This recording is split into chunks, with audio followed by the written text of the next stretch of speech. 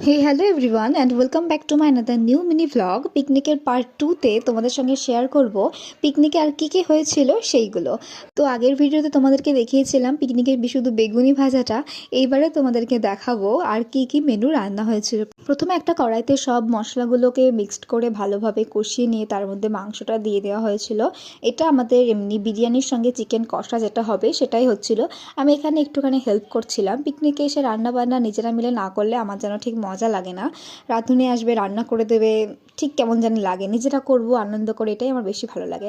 এইদিকে বিরিয়ানির মাংসটাও রেডি হয়ে গেছে। এবার হাঁড়িতে একের পর এক লেয়ার দেওয়া চলছে, যেহেতু এবার রাইস দমে দেওয়া হবে সেই জন্য। তো একের পর এক লেয়ার দেওয়ার পরে এখানে যে গোলাপ জল, কেওড়া জল, হ্যানা ত্যানা যা যা দেয় আর কি দিল।